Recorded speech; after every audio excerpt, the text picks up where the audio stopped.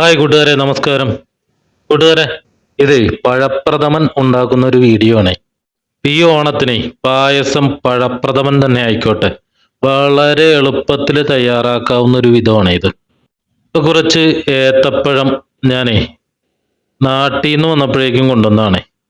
ഇപ്പൊ 2 ദിവസം ആയപ്പോഴേക്കും എൻ്റെ തൊലിയൊക്കെ കറുത്തു തുടങ്ങി. എന്ത് ചെയ്ത് കുറച്ച് അങ്ങോട്ട് എടുത്ത് അതിന്റെ തൊലിയൊക്കെ അങ്ങോട്ട് കളഞ്ഞ് ഇത് നല്ലവണ്ണം അങ്ങോട്ടൊന്ന് വരട്ടി അങ്ങോട്ട് വെക്കാൻ പോണാണ്.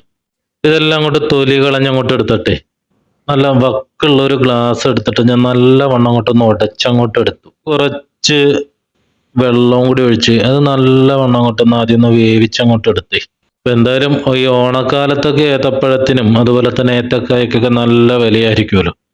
അപ്പൊ വില കുറവുള്ള സമയത്ത് ഇതേപോലെ കുറച്ച് ഏത്തപ്പഴം മേടിച്ച് അങ്ങോട്ട് വരട്ടി അങ്ങോട്ട് വെച്ച് കഴിഞ്ഞാല് നമുക്ക് ആ ഓണത്തിന്റെ സമയത്ത് നല്ല അടിപൊളി പഴപ്രഥമൻ അങ്ങോട്ട് ഉണ്ടാക്കിയെടുക്കാൻ പറ്റും. അപ്പൊ ആ വെള്ളമൊക്കെ ഒഴിച്ച് ഒന്നങ്ങോട്ടൊന്ന് നല്ലവണ്ണം അങ്ങോട്ട് ചൂടാക്കി അങ്ങോട്ട് എടുത്തിട്ട് അതിലേക്ക് കുറച്ച് നെയ്യും കൂടി അങ്ങോട്ട് ഒഴിച്ചു. എന്നിട്ട് ആ വെള്ളമൊക്കെ അങ്ങോട്ട് വറ്റി വന്നവരെ നല്ലവണ്ണം അങ്ങോട്ടൊന്ന് വരട്ടി അങ്ങോട്ട് എടുത്തേ. അപ്പൊ ഇത് വരട്ടുമ്പോഴേക്കും അതിലേക്ക് ഞാൻ കുറച്ച് ശർക്കരയും കൂടിയും ചേർത്തു. ഒരു 1/2 കിലോളം ശർക്കര ഞാൻ അതിലേക്ക് ചേർത്തട്ടെ. അത് നല്ലവണ്ണം അതിന്റെ ജലാംശമൊന്നും ഇല്ലാത്ത രീതിയിൽ നല്ലവണ്ണം അങ്ങോട്ട് വരട്ടി അങ്ങോട്ട് എടുത്തിട്ടെ. എന്നിട്ട് നല്ലവണ്ണം ചൂടാറിക്കഴിഞ്ഞാൽ നല്ല അടച്ചുറപ്പുള്ള ഒരു പാത്രത്തിലേക്ക് എടുത്ത് ഫ്രിഡ്ജിൽ വെച്ച് കഴിഞ്ഞാൽ നമുക്ക് എത്ര നാൾ വേണമെങ്കിലും അത് യൂസ് ചെയ്യാൻ പറ്റും. അപ്പൊ ഞാനിത് അങ്ങനെ ചെയ്ത് വെച്ചിട്ട് ഏകദേശം ഒരു 2 ആഴ്ച കഴിഞ്ഞപ്പോഴാണ് പായസം ഉണ്ടാക്കാനായിട്ട് അങ്ങോട്ട് എടുത്തത്. അപ്പോഴും ഒരു തരി വളിച്ച സ്വാദം അങ്ങനെ ഒരു പ്രശ്നവുമില്ല, നല്ല അടിപൊളിയായിട്ട് തന്നെ ഉണ്ട്. ഒട്ടും ജലാംശം ഇല്ലാണ്ട് എടുത്ത് വെച്ച് കഴിഞ്ഞാൽ നമുക്ക് നല്ല രീതിയിൽ എപ്പോൾ വേണമെങ്കിലും അത് യൂസ് ചെയ്യാം. ഫ്രിഡ്ജിൽ വെക്കണം എന്നേ ഉള്ളൂ. അപ്പൊ ഞാൻ അതിൽ നിന്ന് കുറച്ചങ്ങോട്ട് മിക്സിയുടെ ജാറിലേക്ക് ഇട്ടട്ടെ. കുറച്ചും കൂടിയും വെള്ളം അങ്ങോട്ട് ഒഴിച്ച് നല്ലവണ്ണം അങ്ങോട്ട് ആദ്യം ഒന്ന് അരച്ചങ്ങോട്ട് എടുത്തു. ഇതേപോലെ നല്ല അടിപൊളിയായിട്ട് അങ്ങോട്ട് അരച്ചങ്ങോട്ട് എടുത്തിട്ടെ ഞാൻ ഇതിലേക്ക് ചേർത്ത് കൊടുക്കുന്നത് ഈ തേങ്ങാപ്പാല് മേടിക്കാൻ കിട്ടും, ഇവിടെ വാങ്ങിക്കാൻ കിട്ടും. അപ്പൊ അതിൽ നിന്ന് കുറച്ചങ്ങോട്ട് ഒഴിച്ചിട്ട് കുറച്ചും കൂടി വെള്ളവും കൂടി ഒഴിച്ചിട്ടെ ഇതങ്ങോട്ട് നല്ലവണ്ണം അങ്ങോട്ട് തിളപ്പിച്ചെടുക്കുവാണ് ആദ്യം തന്നെ.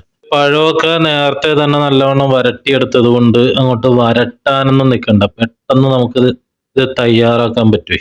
ഇത് നല്ലവണ്ണം അങ്ങോട്ട് തിളച്ചങ്ങോട്ട് വന്നു കഴിയുമ്പോഴേക്കും അതിലേക്ക് പിന്നെ ആവശ്യത്തിനുള്ള മധുരം ചേർക്കാം. അപ്പൊ ഞാൻ ഇതിലേക്ക് ആവശ്യത്തിനുള്ള ശർക്കര അങ്ങോട്ട് ചേർത്ത് കൊടുത്തു. കാരണം നേരത്തെ ഞാൻ ഈ പഴം വരട്ടുമ്പോഴേക്കും കുറച്ച് ശർക്കര ഇട്ടാണ് വരട്ടിയെടുത്തത്. അപ്പൊ ഒരു 400 ഗ്രാമോളം ശർക്കര ഞാൻ ഒന്ന് പൊടിച്ചങ്ങോട്ട് ചേർത്തു. ഈ ശർക്കരയുടെ പച്ചമണം അങ്ങോട്ട് മാറണ വരെ ആ പഴം ചെടുത്തതും ആ ശർക്കരയൊക്കെ കൂടി നല്ലവണ്ണം അങ്ങോട്ട് തിളച്ച് അങ്ങോട്ട് കുറുകി അങ്ങോട്ട് റെഡി ആയിട്ട് അങ്ങോട്ട് വരണം. ഈ കുറുകി അങ്ങോട്ട് റെഡി ആയിട്ട് എന്തായാലും കുറച്ച് ടൈം എടുക്കും. അപ്പൊ നല്ലവണ്ണം നമ്മൾ ഇടയ്ക്കൊന്ന് ഇളക്കി കൊടുക്കണം, അല്ലെങ്കിൽ അടിക്ക് പിടിക്കാനുള്ള സാധ്യതയൊക്കെ ഉണ്ട്. അതങ്ങോട്ട് കുറുകി റെഡി ആയിട്ട് അങ്ങോട്ട് വരുമ്പോഴേക്കും അതിലേക്ക് നമുക്ക് തലപ്പാൽ ഒഴിക്കണമല്ലോ, 1-ാം പാല്. അപ്പൊ ആവശ്യത്തിനുള്ള തേങ്ങാപ്പാലും കൂടി അങ്ങോട്ട് ഒഴിച്ചു കഴിഞ്ഞാൽ നമ്മുടെ അടിപൊളി പഴപ്രഥമൻ ഇവിടെ റെഡിയാവും. അതിലേക്ക് കുറച്ച് ഏലക്കായ പൊടിച്ചത് അങ്ങോട്ട് ചേർക്കാം. അതുപോലെ തന്നെ കുറച്ച് നെയ്യില് കശുവണ്ടിയും അതുപോലെ തന്നെ മുന്തിരിയും കൂടി അങ്ങോട്ട് വറുത്ത് ചേർത്ത് കഴിഞ്ഞാൽ നല്ല അടിപൊളി പഴപ്രഥമൻ ഇവിടെ റെഡിയാവും. അപ്പൊ വളരെ പെട്ടെന്ന് തയ്യാറാക്കാൻ പറ്റുന്ന ഒരു വിധത്തിലാണ് ഞാൻ ഇവിടെ കാണിച്ചേക്കുന്നത്.